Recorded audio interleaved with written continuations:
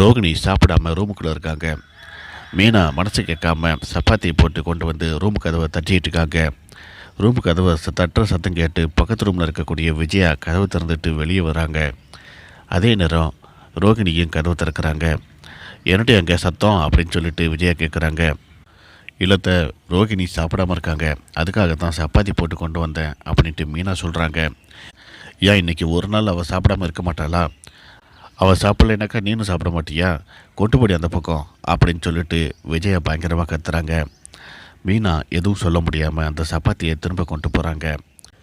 எவ்வளோதான் மீனாவுக்கு நம்ம தீமை செஞ்சுருந்தாலும் நம்ம பசியோடு இருக்கிறோம் அப்படிங்கிறதுக்காக சப்பாத்தி போட்டு ரூம் வரைக்கும் கொண்டு வராளே, இவள் உண்மையிலே நல்லவ தானா அப்படிங்கிற மாதிரி இறக்கத்தோட மீனாவை பார்க்குறாங்க ரோஹிணி.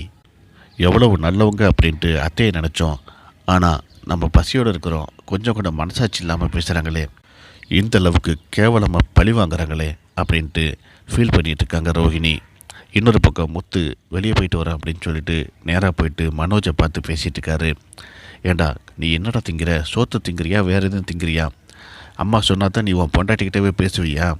அப்புறம் எதுக்குடா நீ கல்யாணம் பண்ணன? நீ கல்யாணம் பண்ணாமலே வீட்டில் இருக்க விட தானே? வெற்றியை கல்யாணத்தை பண்ணி உன் பொண்டாட்டியும் இப்போ மாட்டி விட்டு உன் பொண்டாட்டி அங்கே பசியோடு உட்காந்துருக்குறான், நீ இங்கே ஹோட்டலில் வந்து ஹாயாக சாப்பிட்டுட்ருக்கியா? தப்பு செஞ்சது நீங்கள் 2 பேருமே. இப்போ தண்டனை வந்து உன் பொண்டாட்டிக்கு மட்டுமா?